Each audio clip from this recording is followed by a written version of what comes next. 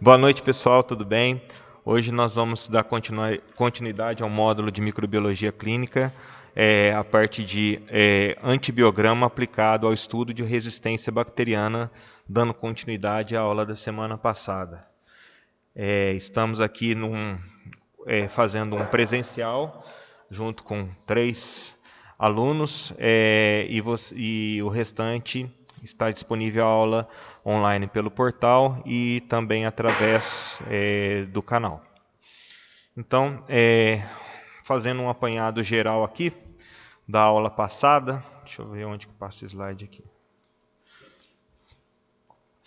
Primeira coisa, um método de inóculo para o antibiograma. Então, nós temos 3 métodos de inóculo para o antibiograma, tá? 3 métodos, não, desculpe. Nós temos uma maneira geral para o antibiograma, que são 3 inóculos em direções diferentes, tá? Então, a partir do momento que você pega a suspensão bacteriana, você faz um primeiro inóculo na horizontal, depois você vira a placa na vertical e depois você vira a placa na diagonal, preenchendo toda a sua extensão.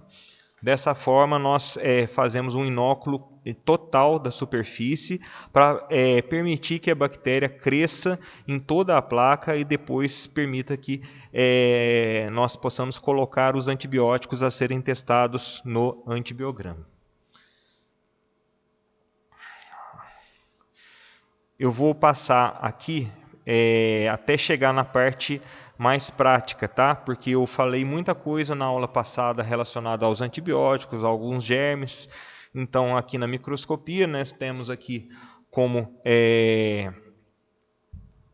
uma diretriz, né, para seguir a metodologia de coloração de Gram, no qual será fundamental para nós escolhermos o tipo de antibiótico a ser utilizado. Então, nós temos antibióticos seletivos para Gram positivo e antibióticos seletivos para Gram negativo. Então, o Gram é fundamental para que a gente comece a saber qual antibiótico devemos utilizar.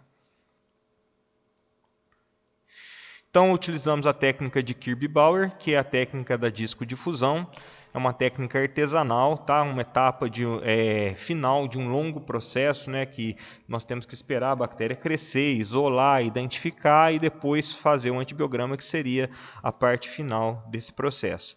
E para isso nós temos que ter o conhecimento básico dos antibióticos e por isso que na aula passada nós focamos bastante nos antibióticos, nas classes, nos mecanismos de ação, nas indicações e contraindicação de cada classe de antibiótico, porque dessa forma nós vamos ter base para saber interpretar o antibiograma.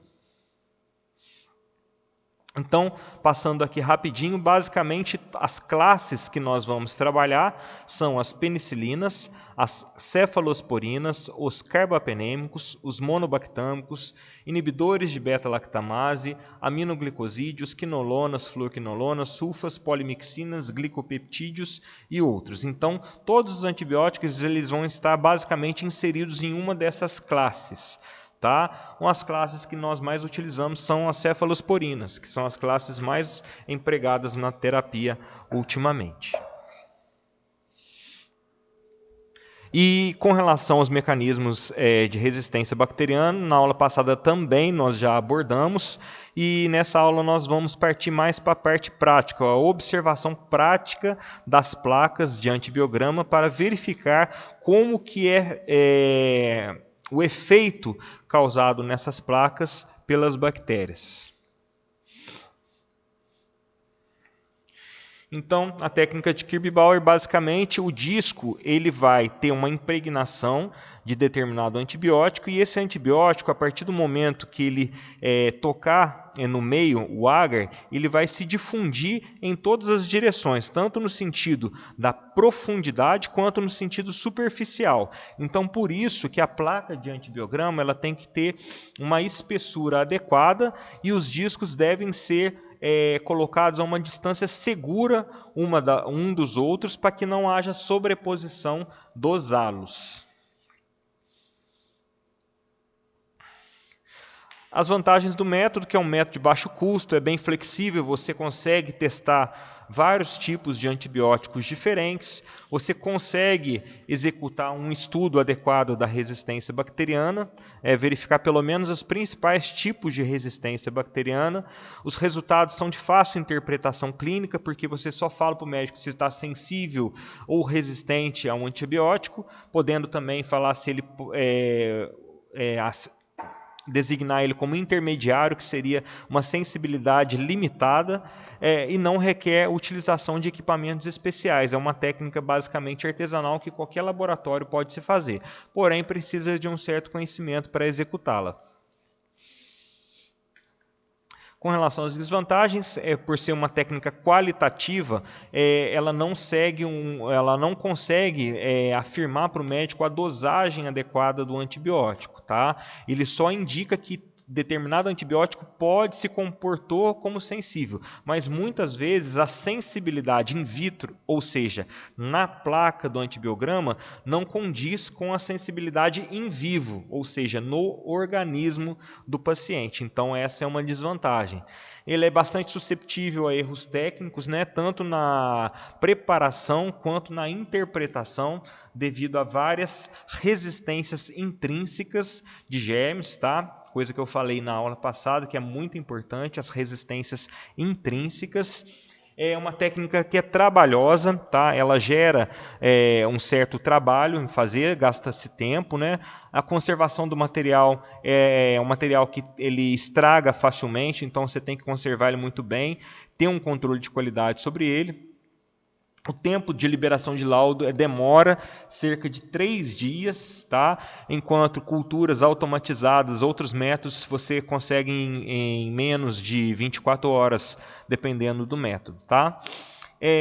Não tem padronização para alguns métodos, alguns micro-organismos, tá? Então você fica limitado naqueles micro-organismos que estão padronizados para o método, e a falta da mecanização e automação para a realização desses testes, né? Quando agora atualmente existe, mas é muito caro, tornando-se até inviável para os laboratórios de pequeno e médio porte.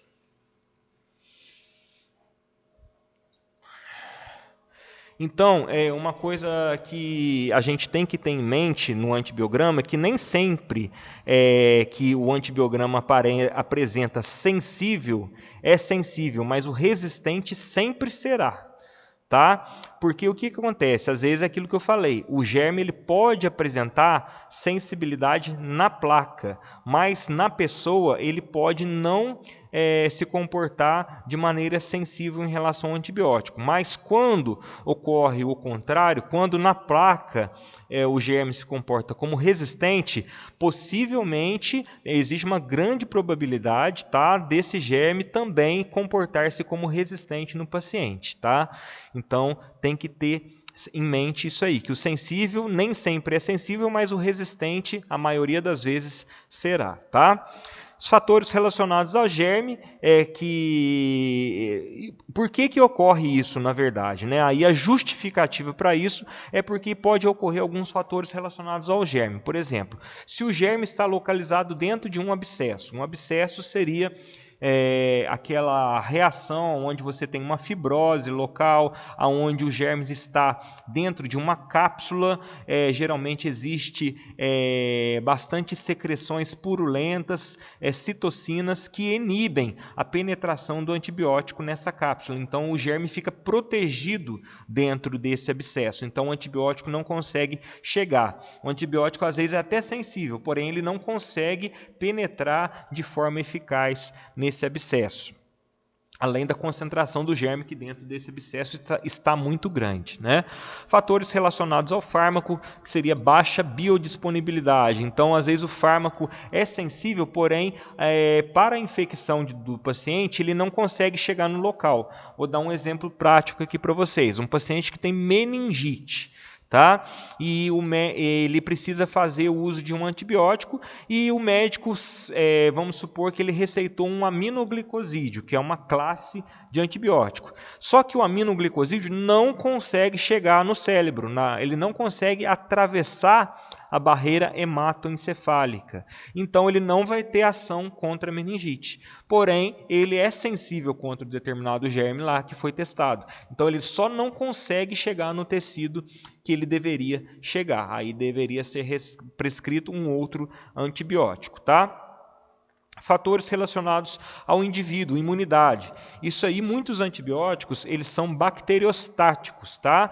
Esse antibiótico, quando ele é bacteriostático, ele depende da imunidade do paciente para ajudar esse paciente a combater a infecção. Então, ele paralisa a divisão celular bacteriana e facilita que a imunidade do paciente vá lá e consiga acabar com a infecção. Porém, se o paciente está com imunidade baixa, então o organismo não consegue combater a infecção. Então, é um fator relacionado ao paciente. Então, essa aí são questões que devem ser bem colocados aí de bastante importância, tá? Então, como é que eu sei se um antibiótico é resistente, sensível ou intermediário, tá? Cada antibiótico ele vem com uma tabela, tá? Ele vem na caixinha dele, na bula, uma bula, e fala quantos milímetros de diâmetro, né, que seria esse diâmetro aqui, relacionado à abertura do halo, para que seja considerado o antibiótico resistente, sensível ou intermediário. Então, nós vamos consultar cada antibiótico, tá? Cada antibiótico tem uma medida diferente e cada ano essa medida é revista pelo Comitê de Padronização. Então aqui nós temos duas placas, tá, de antibiograma. O antibiograma normal ele é realizado na placa de agar Miller-Hinton, enquanto o antibiograma para determinados germes, que são germes, vamos dizer assim, fastidiosos, que são germes exigentes, aí a gente realiza o antibiograma no agar sangue, que é um agar mais nutritivo. Então ele permite o crescimento de mais germes, tá bom? Qualquer dúvida que vocês tiverem, vocês falam aí, tá? Pode falar. Sabe quando a gente faz a plaquinha? Como? Quando a gente faz a placa. Sim. Aí a gente coloca o disco, só que aí ele abre um halo, mas aí ainda tem uns pontinhos perto. Certo. Aí no caso a gente coloca resistente ou sensível?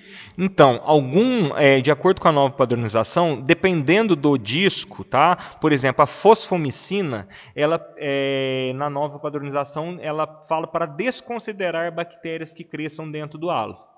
Tá? Depende do disco. Na maioria dos discos não permite.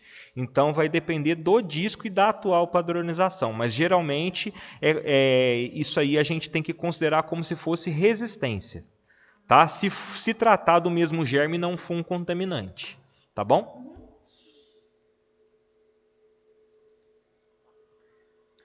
Então, primeira coisa, a gente precisa preparar uma suspensão, né, com a bactéria vai estar numa outra placa, a gente tem que tornar a bactéria, passar ela para uma forma líquida para poder espalhar, né, fazer o inóculo de espalhamento de superfície em outra placa. Então, nós utilizamos o preparo da suspensão McFarland, tá? Que seria uma turvação equivalente a 0,5 McFarland. Mas na prática vocês vão ver que isso aí é bem familiar quando a gente for fazer, tá? Então, para escolher os discos, a gente primeiro tem que ter a noção do tipo de bactéria que nós estamos lidando através da coloração de Gram, porque o Gram positivo tem características diferentes do Gram negativo, principalmente relacionada à resistência, tá, intrínseca e a resistência adquirida, tá? Nós temos que saber das provas bioquímicas preliminares, da suspeita de determinados germes para eventuais tipos de órgãos que a gente está pesquisando, fluidos biológicos, né? Qual que é a probabilidade de determinado germe estar colonizando a urina. Então, a urina a gente sabe que é uma maior probabilidade de ser colonizada, de ser infectada, né, por germes Gram negativo do gênero Escherichia coli, né, principalmente, entre outras enterobactérias. no líquor existe uma maior probabilidade de Neisseria meningitidis. Então, cada fluido biológico existe uma probabilidade maior, uma infectividade para determinado germe. E depois nós temos as normas da CLSI que ajudam a gente a interpretar o antibiograma conforme ele deve ser feito, tá bom? Então, quando a gente vai colocar os discos de antibiograma, geralmente a gente coloca 15 discos por placa, tá? Geralmente uma placa padrão. Tem que ter cuidado com a sobreposição dos halos para que os halos, quando crescer, não crescer próximo ao outro, se sobrepondo, causando confusão. Então, o halo de inibição, possivelmente sensível, depende da droga, também depende da padronização, e resistente, né? Basta a bactéria crescer totalmente em volta do papel, do impregnado com antibiótico, do disquinho, que ele já vai ser considerado resistente. Tem que dar uma corrida, porque essa matéria é enorme. São 90 e poucos slides. Para controle de qualidade, nós utilizamos cepas padrão. E quais são os principais germes que nós aplicamos no antibiograma? Esses germes aqui, não vou ficar falando de cada um não, tá? Mas esses germes aqui são padronizados pelos comitês americano, europeu e brasileiro, que é o BRCAST, para a realização de antibiogramas. Principais resistências intrínsecas são aquelas resistências relacionadas ao DNA, são nativas do DNA do germe. A gente viu na aula passada que existe a resistência intrínseca, que ela está já implícita no DNA do germe. Nós temos a resistência induzível, que é na hora que o germe ele se expõe a um determinado antibiótico, aí um gene passa a ser ativado e esse gene começa gradativamente a apresentar a resistência bacteriana. E depois, por último, nós temos a resistência adquirida, onde uma cepa bacteriana, através de uma estrutura de DNA circular conhecida como plasmídio, ela vai transferir um material genético que confere a resistência de uma bactéria para uma outra bactéria. Tá? Então isso é só resumindo o que nós falamos na aula passada para vocês entenderem daqui para frente. Então essas daqui são as principais resistências intrínsecas que estão presentes nas tabelas que nós podemos consultar. Então, isso tudo aqui não precisa decorar, é consulta. Isso aqui eu nunca vou pedir para vocês na prova. Qual que é a resistência intrínseca de tal germe? Isso aí não existe, isso aí é material para consulta. Vocês têm que saber como funciona cada tipo de resistência, isso que é o importante, tá? Então, aqui outras resistências intrínsecas, mais outras resistências intrínsecas. Então eu coloquei aqui as principais resistências intrínsecas de todos os germes para no futuro, né, quando vocês forem estudar mais a fundo, quem quiser estudar mais a fundo a parte de microbiologia, ter um acesso facilitado a essas informações. Aqui existem algumas resistências incomuns. Essas resistências incomuns necessitam uma confirmação. Tá? Quando ocorre uma resistência incomum, a gente deve confirmar, tá certo? Se realmente esse germe apresentou esse tipo de resistência, porque geralmente esses antibióticos aqui são sensíveis para os germes aqui listados, tá? E outra coisa também, eu coloquei todos aqui em siglas, tá? Porque na hora que a gente pega o vidrinho contendo antibiótico, você acaba acostumando com a sigla referente ao nome. Então, VAN significa vancomicina, TEI significa teicoplanina, LNZ, linezolida. Então, são siglas que você vai acostumando de tanto trabalhar, né? Mas não assustem, porque no vidrinho do antibiótico tem o nome e a sigla correspondente, tá?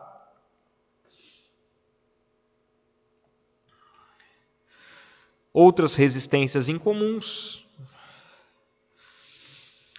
E a gente não deve fazer o TCA para alguns germes, tá? Por quê? Porque esses germes não são padronizados, não existe um padrão para eles. Então pode ser que o antibiograma que se você fizer ali, ele libere um determinado resultado, mas esse resultado não reproduza de forma adequada no organismo da pessoa que vai tomar o antibiótico. Então significa que não é padronizado, não existe um padrão adequado para garantir a eficácia desse antibiograma.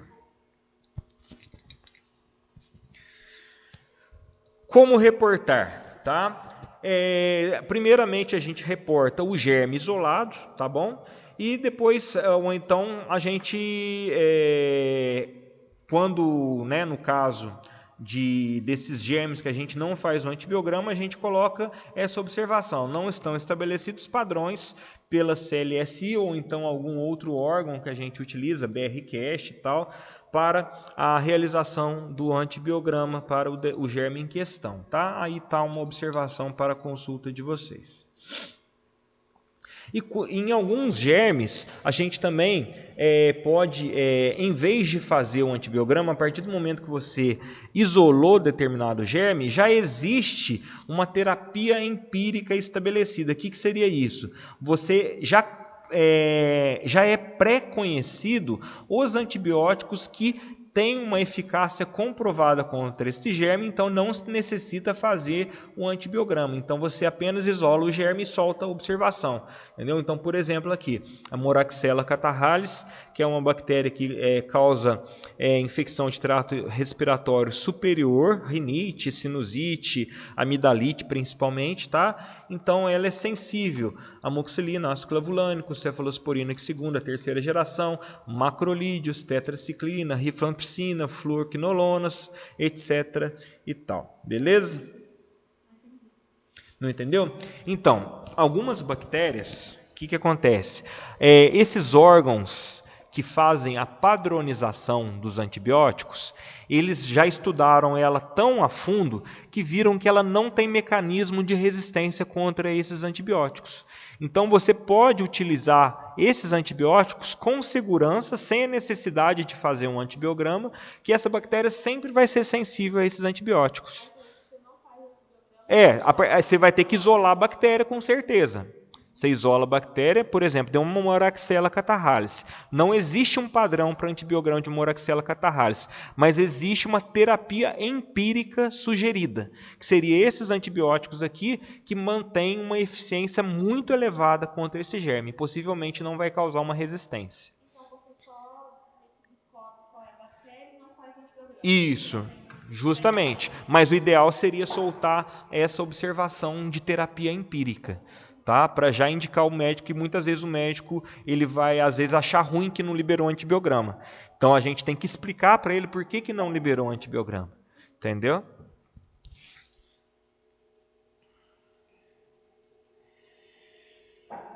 Aí outras terapias empíricas relacionadas a germe, vou deixar aí para vocês: Corynebacterium, Staphylococcus. Então, aqui que seria o foco da aula de hoje, que seria o estudo de uma das resistências bacterianas comumente observadas, que tem uma grande relevância dentro da clínica laboratorial. Tá certo? Que seriam as resistências adquiridas e resistências indutíveis.